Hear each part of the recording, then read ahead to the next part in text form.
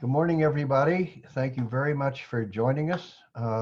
This is a kind of a new and very interesting thing for us to be doing, and we're very happy to be doing it for students who are away from us at this point, but are still certainly part of our family at Penn. I'm John Touton, and I will start off the morning with an agenda to talk through the kinds of things that we'll be talking about today. I'm going to speak a little bit about, first of all, after I introduce my colleagues, a little bit about our services and what they entail, so that you can get an idea of where they are.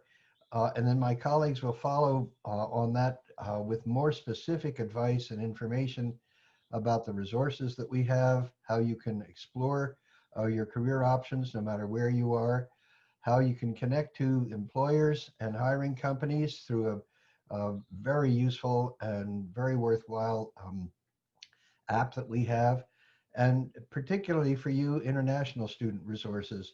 We also want to leave time at the end for some questions, and I'd encourage all of you as you're listening to our presentation that you put a question into the chat.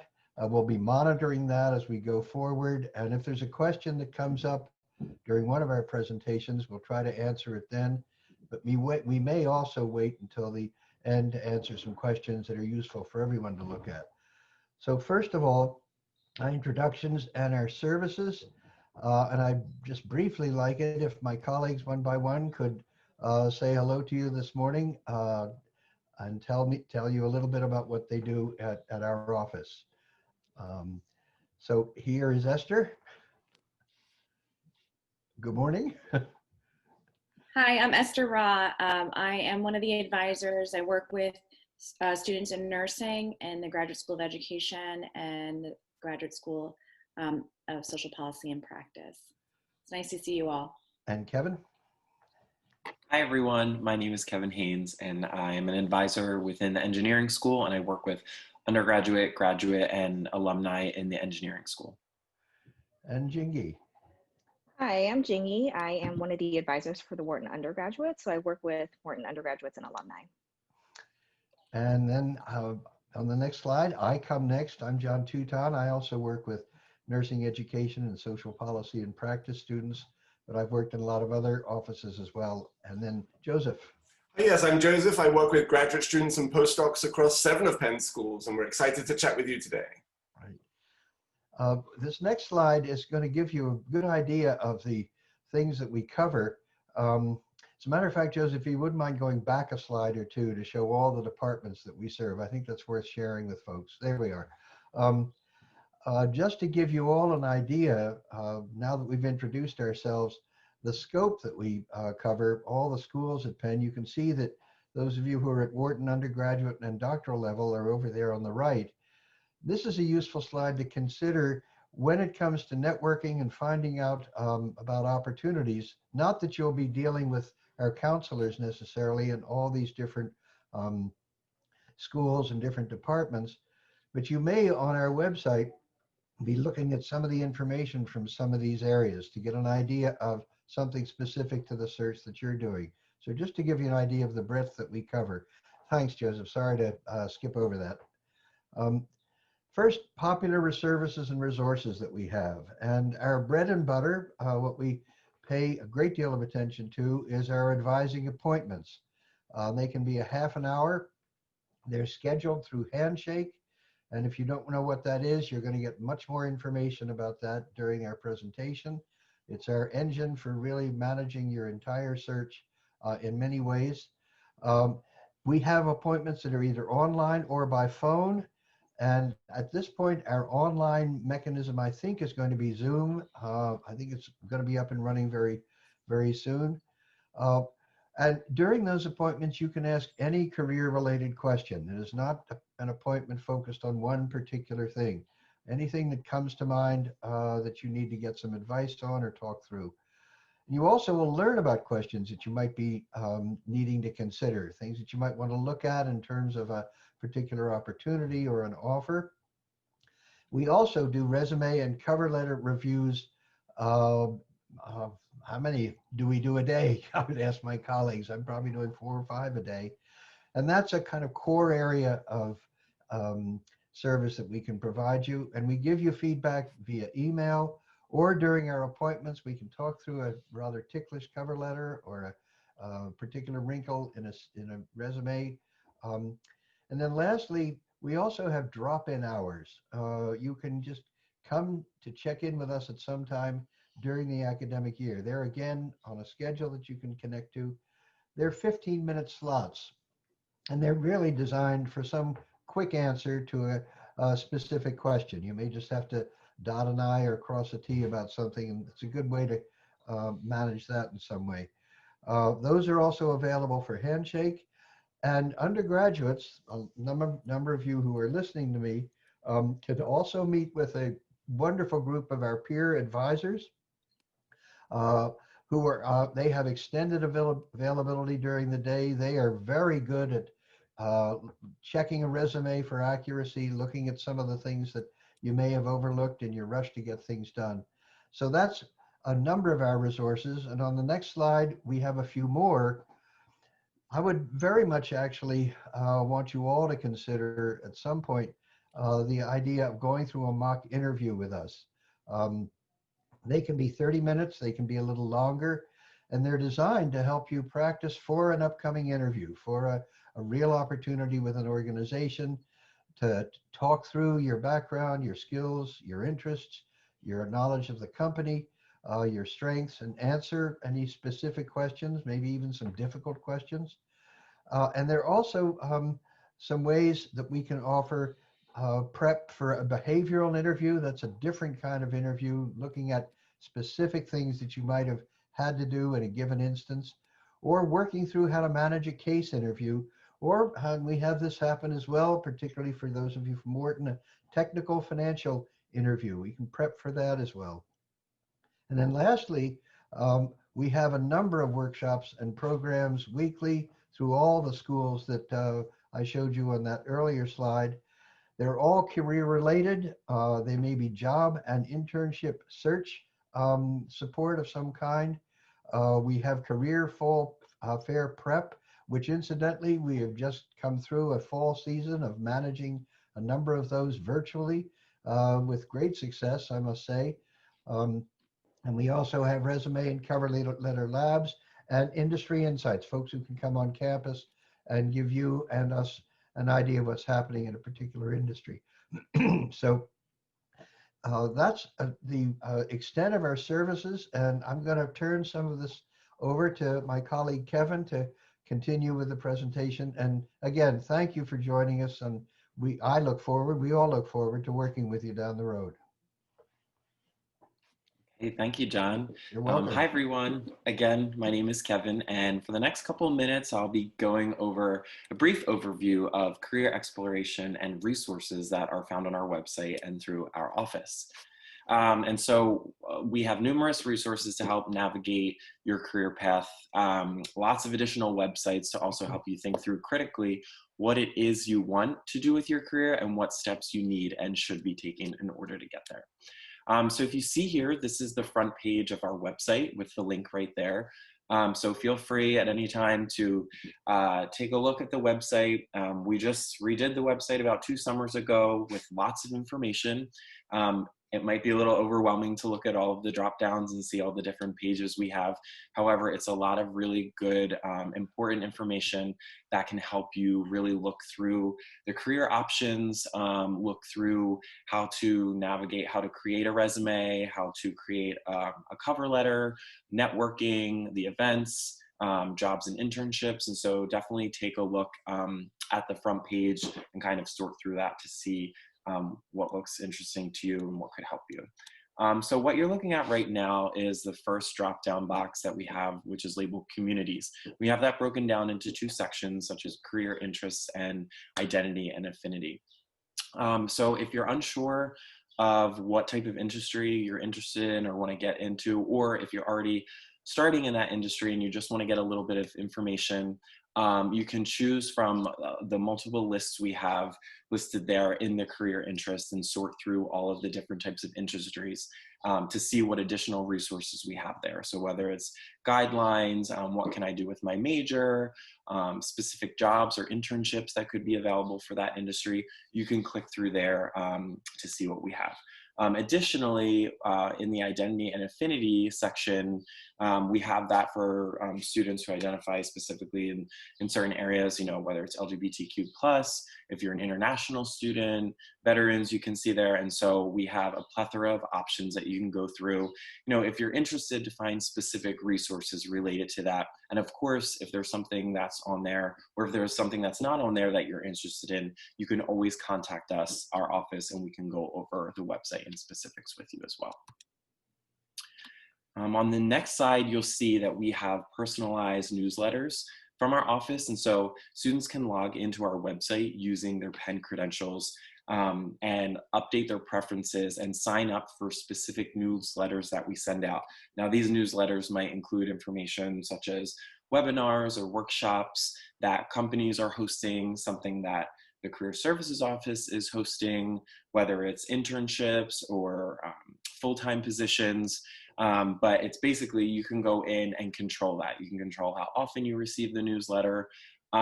It's basically just additional information and opportunities without you having to do the work to search for them. So all you have to do is sign up for them by clicking on those boxes, and you'll start getting those emails. And those are, again, like I said, additional opportunities that will be sent to you. On this slide, you see Career Explorer, and what this is, it's a free platform for Penn students, so make sure you log in through our website to kind of help you figure out and navigate your career, specifically defining your skills and what they could be of great use for.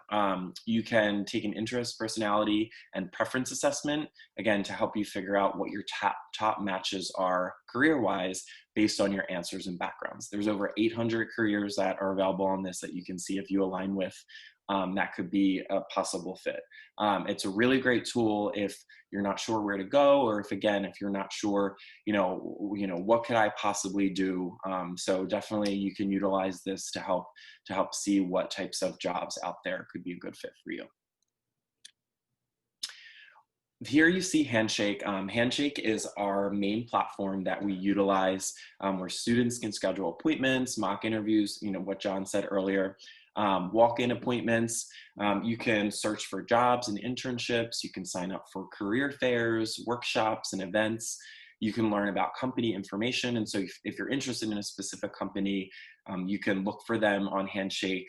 There are contacts also as well if you're looking to reach out to a recruiter.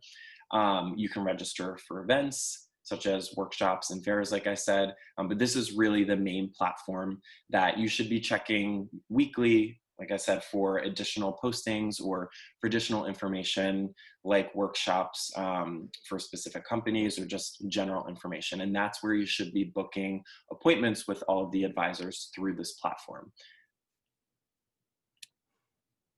Networking. So this is something that I stress with all of my students every time I meet with them. Networking is a great way to expand your network and knowledge of a specific field or industry, or just to get to know people. And so the Penn alumni and Wharton alumni on LinkedIn, you can see here, are greater than 165,000. And so the LinkedIn or QuakerNet, which is changing to My Penn, which is the online alumni database of all Penn alumni.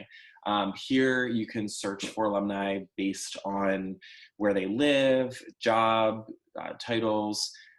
You can look for majors, and it's similar to that of QuakerNet as well.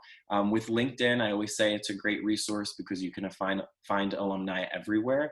Sometimes it's a little difficult to contact them because not everyone checks their LinkedIn if they don't have the app downloaded on their phone, or if they don't get notifications. And so what I tell all students is, if you find an alum on LinkedIn, try and find them through QuakerNet, which again is changing to My Penn, because 9 times out of 10, their personal email is listed on their QuakerNet profile. And so you could end up getting a much faster response from them should you reach out that way.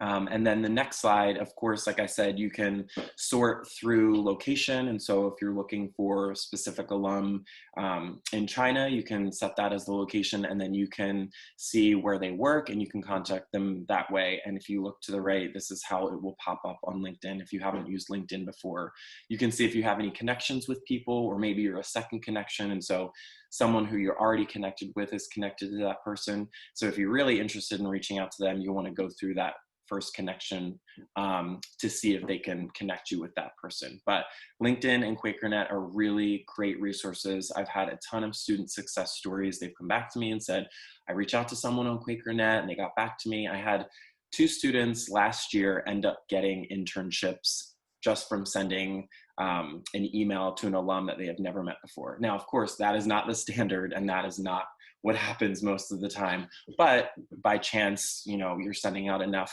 emails to get to talk to these alum, something could come out of it. So it's only going to benefit you in the end. And with that, I know that was, again, a brief overview of the resources we have available to our office. So if you have any questions, please pop them in the chat box, or feel free to contact our office and we'd be happy to talk more in detail with any questions you have regarding the resources we have available.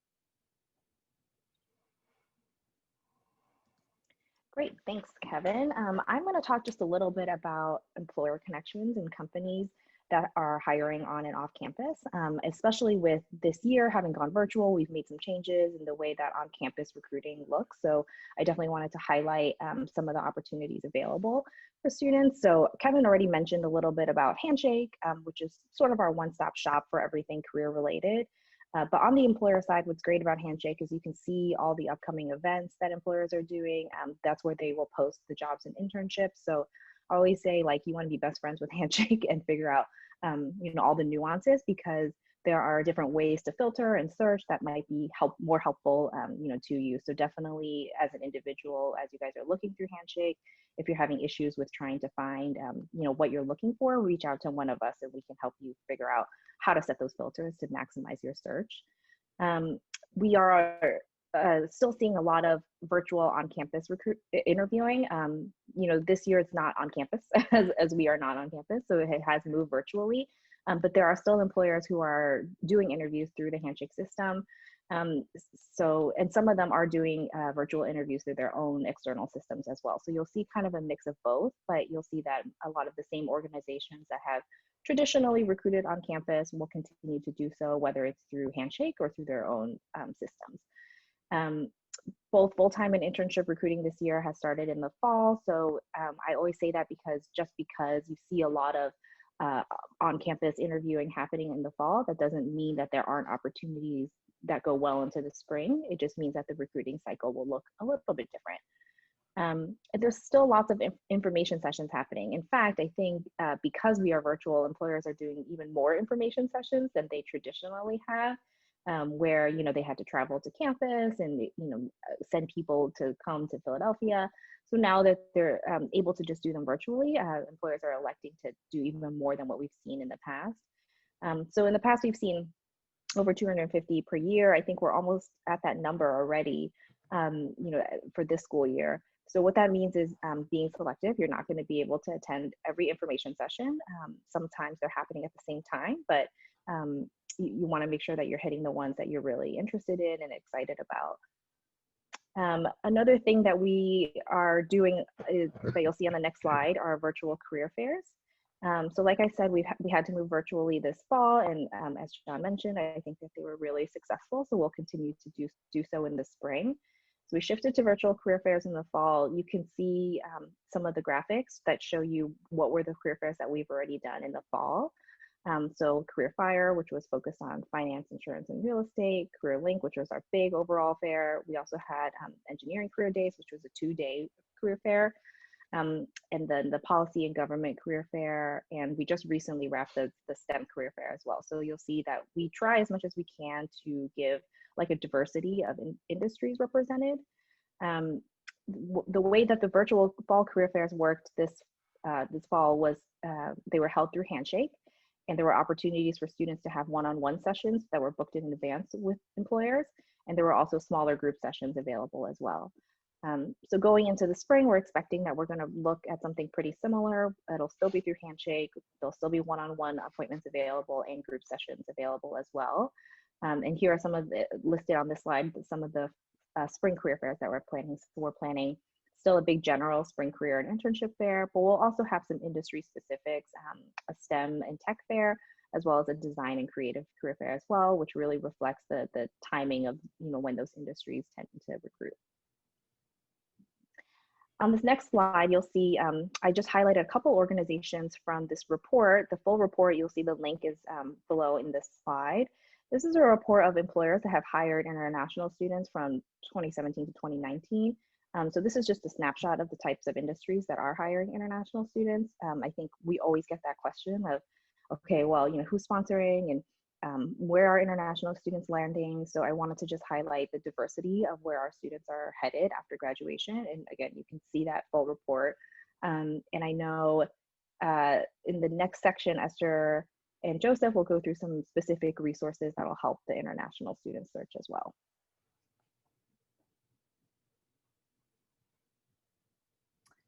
Yeah, so I'll be talking about the next section. There's a special section that you'll find. I believe Kevin mentioned it. Under the communities, there's an affinity section, and you can choose the international section, and that's what this page shows you right here. And there's some resources on here that you'll see that are specific to our international community. One of the things I wanted to highlight here is my colleagues have already mentioned Handshake and QuakerNet, but we did put together last year sort of a best practices sheet that is also on here, and it talks and goes through some of the things some of the things that we've encountered with international students that we see frequently that they may struggle with in terms of applying for positions. And it's sort of like I guess you could say a cheat sheet for some things that to do and maybe not to do. And if you were to go to this page and you hit view all, that would be something that you can see as a resource. It's called Best Practices for International Students. Another resource I wanted to highlight is called Going Global.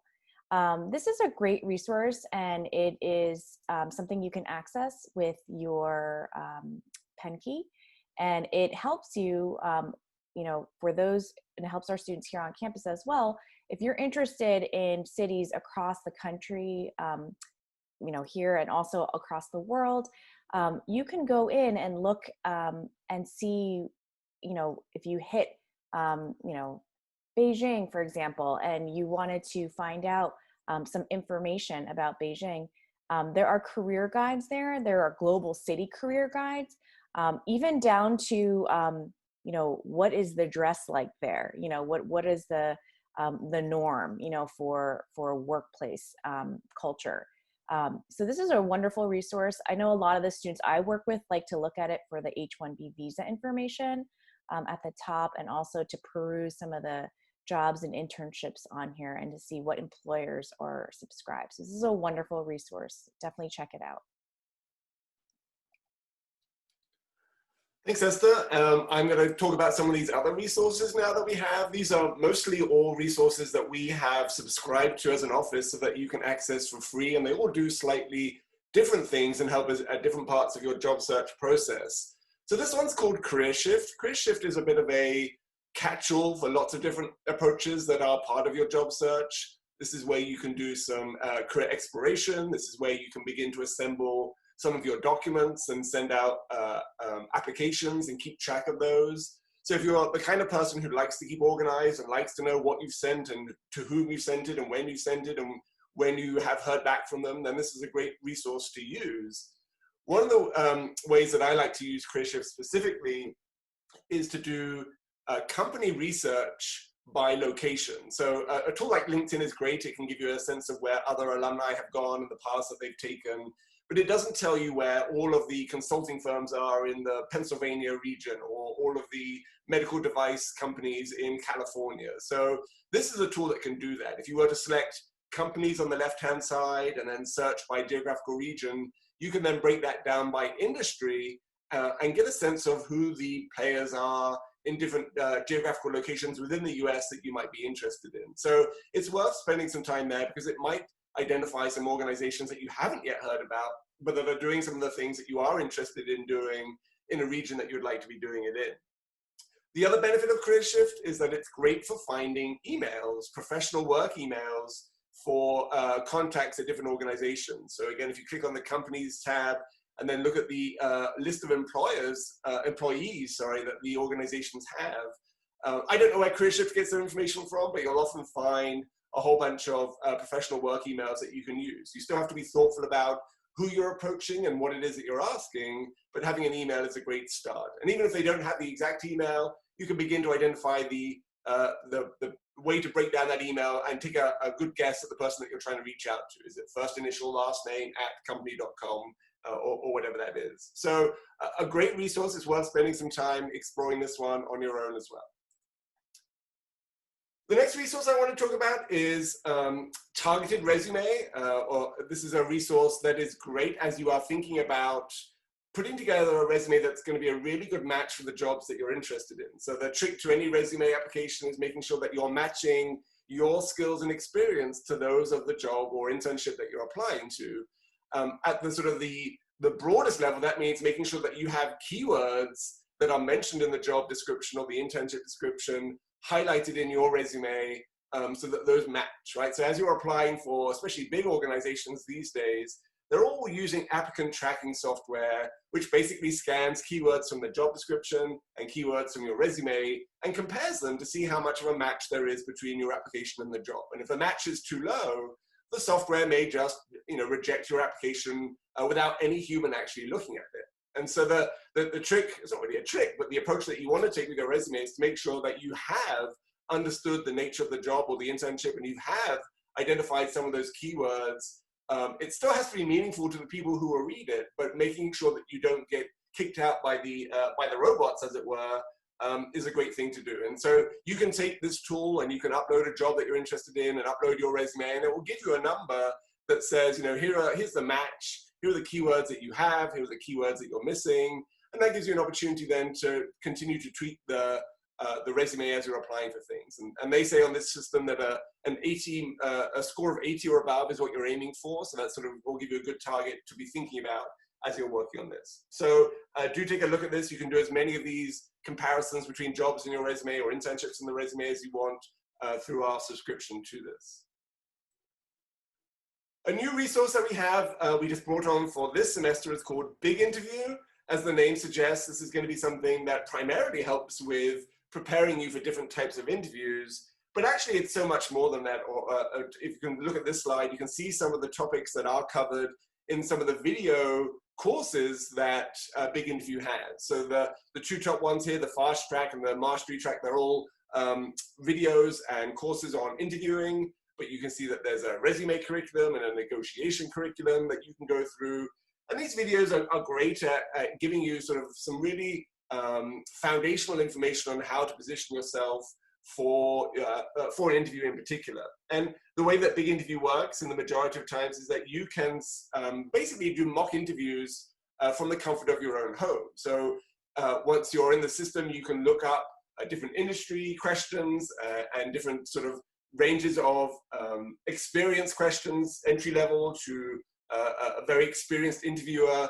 And the pre-recorded questions that they have allow you then to practice some of your answers from the comfort of your own home. And no one else sees it but you. So you can go through a set of 10 interview questions, you can answer them, and then you can watch that video and see how well you've done and do some self-assessments of your answers to see where you can improve that. Once you've done your recording, you can also share it with some of your peers and get their feedback as well. And that can be very helpful to get a third-person perspective on how well you came across in the different interviews that you had. So this is great for practicing how you sound, how you'll look in the virtual interviewing scenario. Great at sort of putting yourself out there to answer hard questions or questions that are commonly asked, industry-specific questions. So lots to do in Big Interview. You can access that through our subscription tools that you'll find on our website. And I encourage you to take a look at that and dive deep into that. The final tool that I want to talk about is a great sort of exploration tool. So Volt has a whole wide range of guides on different industries, on different companies, on different topics related to careers that you might be interested in. And so as you're starting to think about, where do you want to go next and what do you want to look for and where should you prioritize your networking and your job search, I think making sure that you have done some background research first.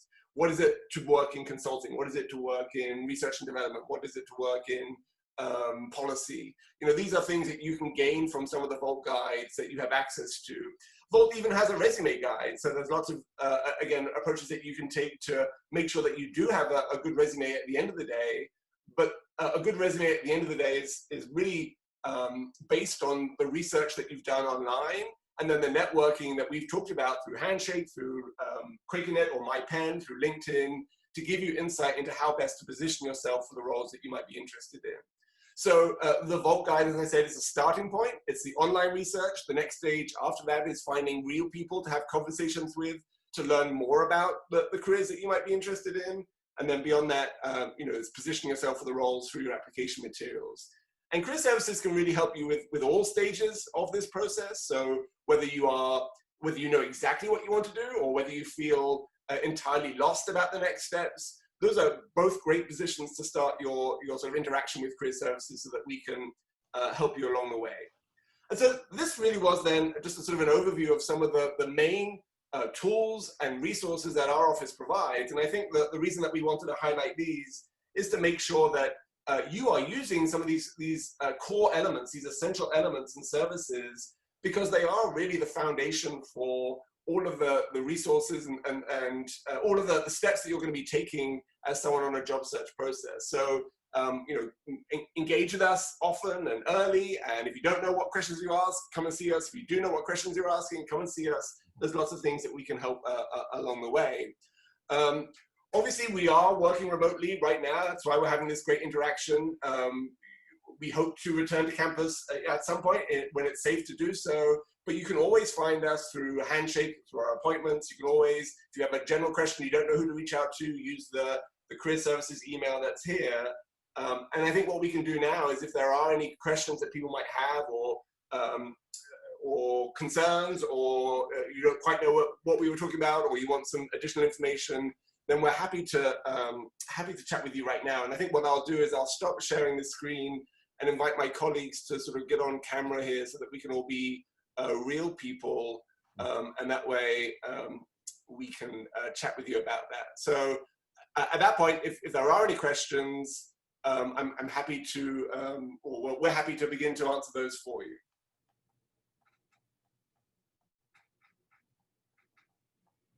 Feel free to unmute yourself and jump in.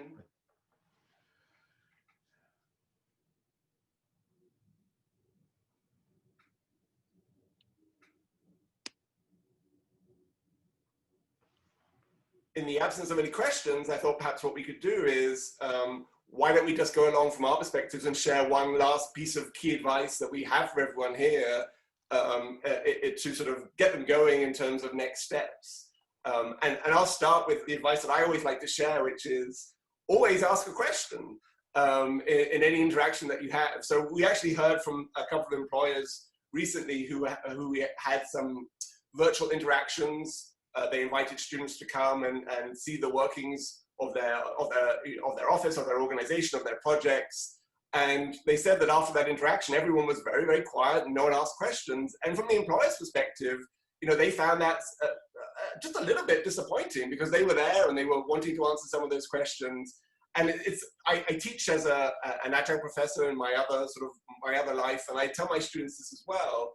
Any workshop, any presentation, anything that you go to where someone is sharing, always find a way to ask a question. It's a really great way to start networking because you'll be recognized by the person. It's a great way of putting yourself out there, making sure that you're listening. It's also great practice in all forms of communication. So that would be my best practice. Does anyone else from one of my colleagues want to jump in with something else? I'd piggyback on that, Joseph. One of the things that I'm very interested in is how every student that we work with shows their curiosity and their interest in going forward. So asking a question in any instance for sure, but showing that curiosity, show that interest in learning, because organizations are looking for that as much as for anything else. Perhaps looking for it even more than a set of skills that you can offer. It's more, how can you engage in what the organization has to do, and how can you help them move forward and show that you really are a learner. So I'd urge students to look at themselves and think of themselves that way, as curious people who've done, I don't mean curious people in terms of their own selves, curious people in terms of their look at the world, and interested in moving forward, interested in learning more about things. So totally agree with what you said, and I'm always wanting people to sustain it. Um, I'd be interested in what the rest of our colleagues have to say, but there are a couple of questions popping up as well. There's a question on internship searching during a gap year. And I wonder if anyone would want to start talking about that in some way. Well, here we have a question, and now we're not quite sure how to answer it. Esther, anyone? Jingy? When you say gap year, I'm actually wondering, is it a gap year between years at school, or is it a year where you only have a certain amount of time to really offer? Maybe the question can be clarified a little bit.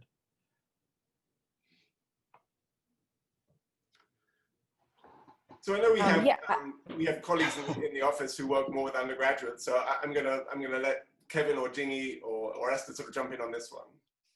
Yeah, I was gonna say that, and I can try to answer both of the questions in here, kind of in one. But um, for the internship search during the gap year, I mean, I think it's interesting in the current climate that we're in, because with everything having gone virtual, you probably have way more options than previously existed, which is great. So like we mentioned some of the resources that would be really helpful, like going global and things like that, in career shift and finding opportunities.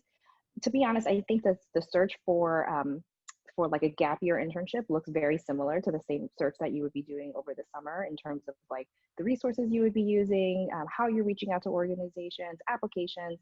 That all looks the same. I think what looks a little different is just the opportunities that might be available for a gap year opportunity, or what I like to call like a academic year opportunity, if you're looking specifically in the fall or spring semester.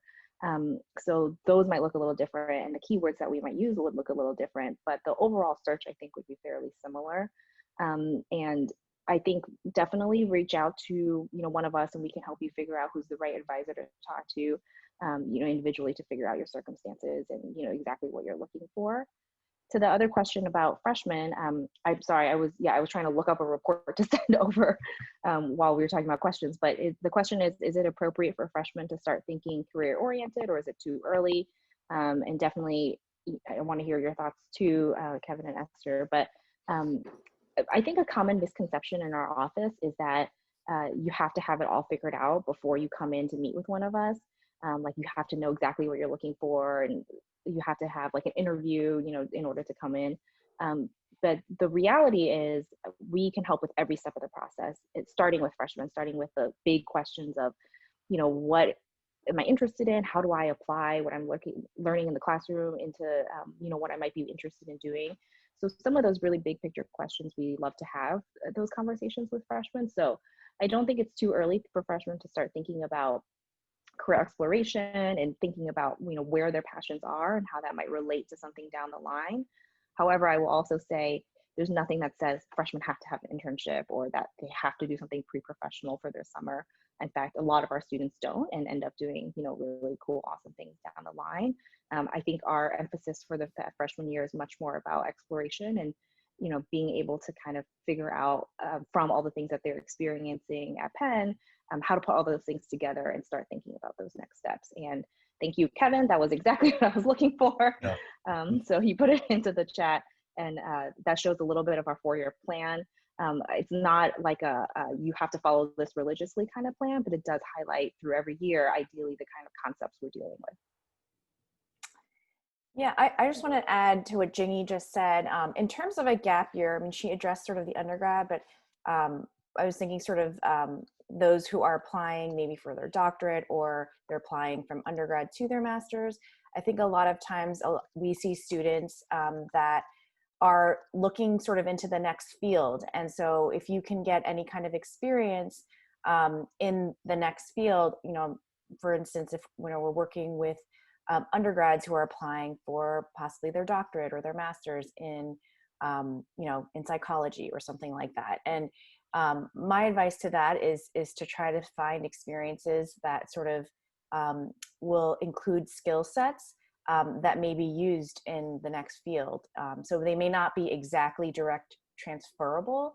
They might not be direct experiences that are exactly what they, you know, that transfer over exactly, but they will be skills that you can still use that are overlapping. And so that's what I like to tell the students I work with. In terms of the other question too, I wanted to just say, I enjoy meeting with freshmen and first year master students. I think it's never too early to have a conversation and just to check in.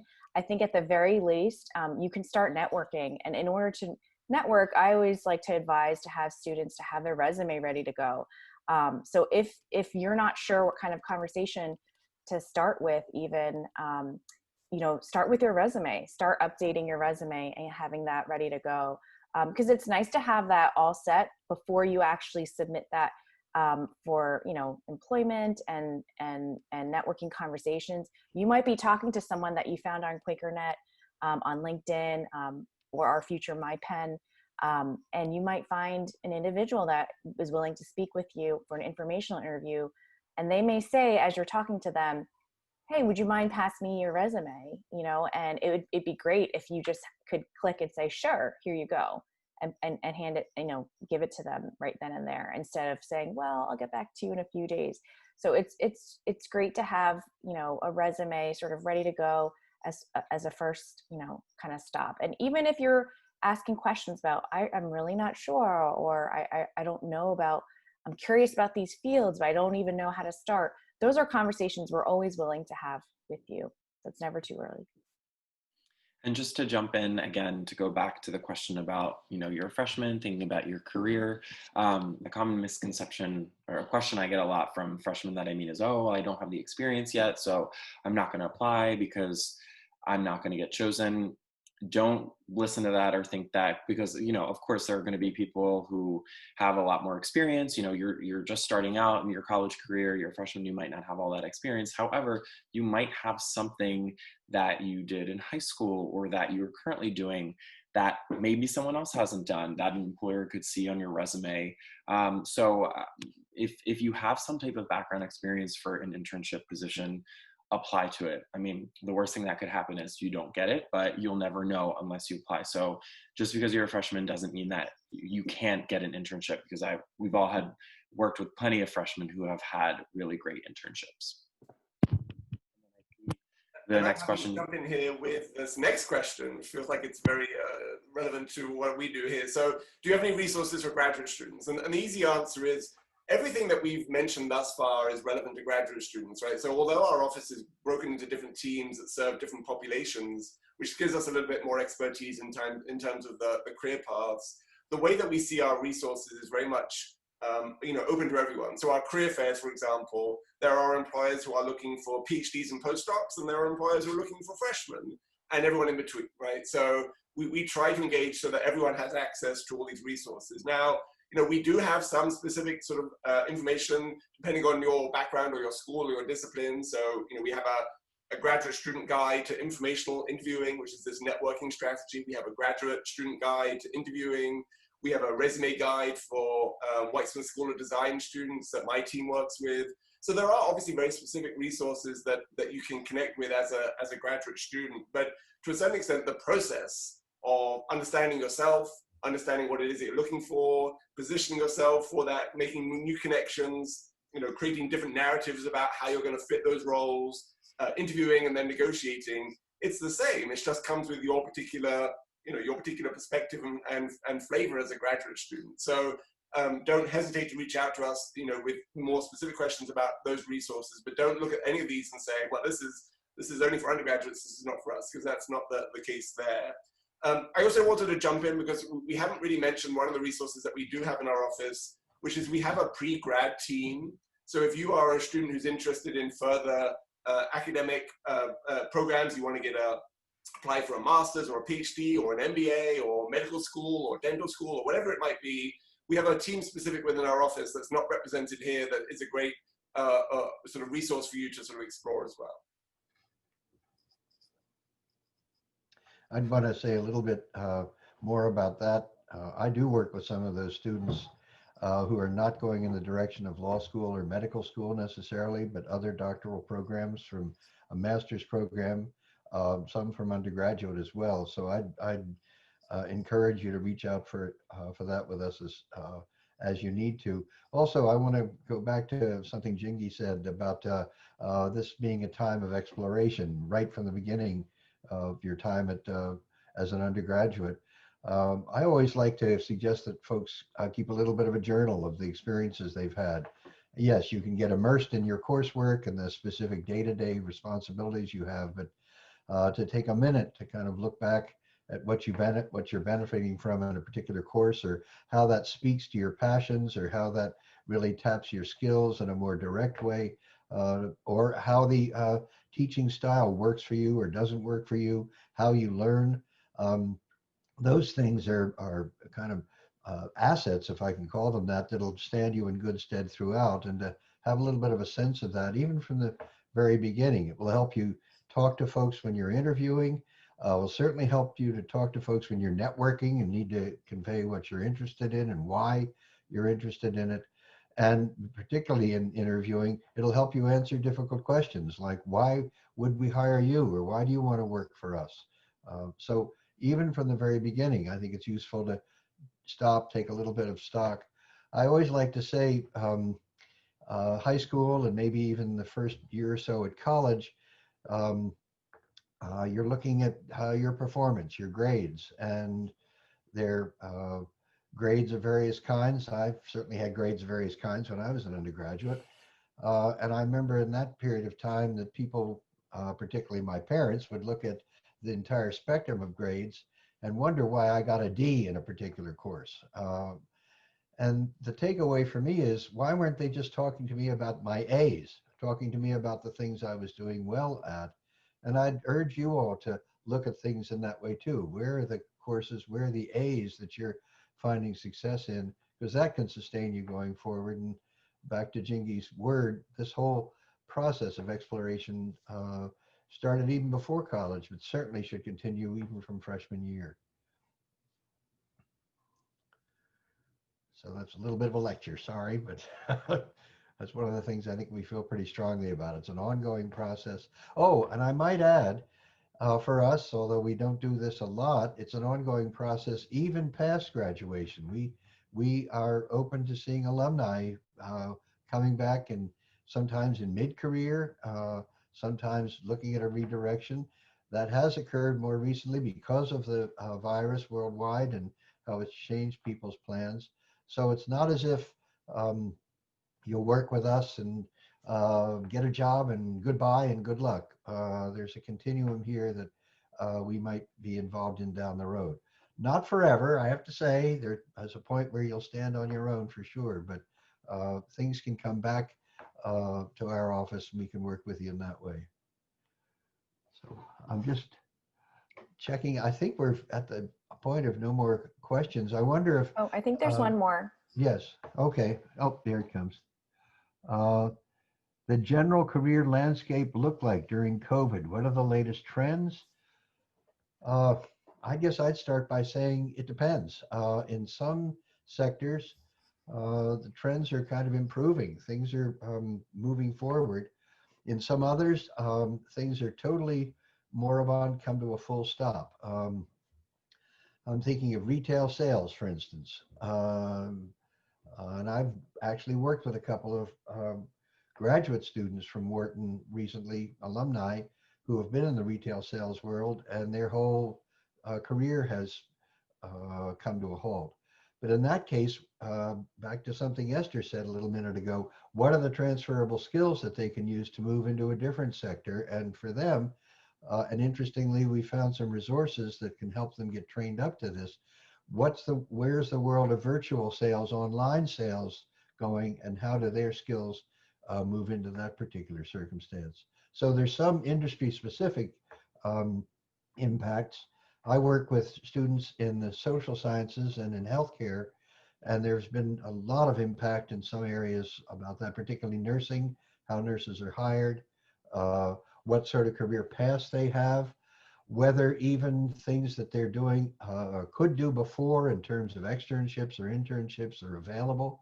And I'm happy to say the industry, if I could call it that, is adapting to that in some ways, understanding how COVID has changed the educational pattern for folks and how they still can find people with talent that they can hire.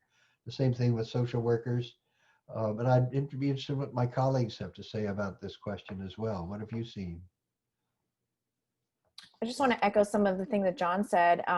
I know in terms of internships, we've seen from our students that a lot of the experiences that they've had have been adapted because of COVID. I mean, they haven't had the in-person internship experiences that maybe they envisioned, but that they have still been able to keep and acquire their internships and have had, you know, success with that. And so I think in answering the question, what types of skills are considered as crucial during times of disruption, I think flexibility is really key. I think, you know, employers too as well, but I think from the student, just sort of going with the circumstances at hand and being flexible with what the situation is. I think a lot of times employers are also figuring out what this looks like as well, you know, and how to make this the best experience as well. And so we've had a lot of students sort of gain the skills of learning how to interview online and learn how to negotiate online. And those are things that you may not have thought to do initially. And so those are things that we've been seeing a lot in our appointments. This actually even comes down to when we're working with students' resumes, where I'm at least looking at the skills section and suggesting that you add some of these online skills that you're developing. Can you manage a Zoom meeting? Can you deal with Blue Jeans or some of the other mechanisms that we have now? So we see that it's useful to tell employers, even in that document, how folks are moving forward in some way. Jiggy or Kevin, what do you think? Yeah, also I've had a lot of student questions, at least in the beginning of the semester, with regard to the resume saying, you know, I was accepted into an internship, however, it was canceled. Should I still put that on my resume? The answer is no, because you did not complete that internship. However, a lot of students were concerned that they were going to have a blank space for summer 2020, but, you know, companies are going to understand, you know, in a year from now, who knows what will be happening in the world, but an employer isn't going to look at your resume and say, hey, you didn't have anything here for summer 2020, because everyone will know that we were quarantined and, you know, the world was in a different place. And so that is another thing that, you know, a lot of students came with concerns, but it's not so much a concern. So I think just focus on what did you do during your school year? You know, how did you prepare for the following summer? You know, if you didn't necessarily have an internship, but maybe you had a lab, or maybe you were doing a project over the summer for a course, you know, those are things that you can highlight on a resume for sure. I really want to jump on that because that shows the whole idea of flexibility that Esther mentioned a little bit ago. And it's interesting, Kevin, over on our side of the office, undergraduate nursing students, we have actually encouraged them, if they've actually been hired for a position and then the position has gone away because of COVID, because the hospital is reorganizing their staff in other ways, that would be on their resume, but then qualified in parentheses, position discontinued due to COVID. And it gives that student an opportunity to talk through exactly what you said. What did they do otherwise to kind of keep their skills fresh, to learn something about another part of their industry or another population they might serve. So we're flexible about that too, I think, just in a particular case. Jiggy, do you have anything to add? I think everyone covered it. I did Yeah. put in a link in the chat with some of our COVID resources. So some of the frequently asked questions and, you know, things that we've been seeing. So that's a really good place to go for anything like that. I guess the only other thing I'd say, and please don't hear me diminishing current circumstances. I think they're very dire, and not only because of COVID, and we don't have to have another workshop about all that. That would be another thing.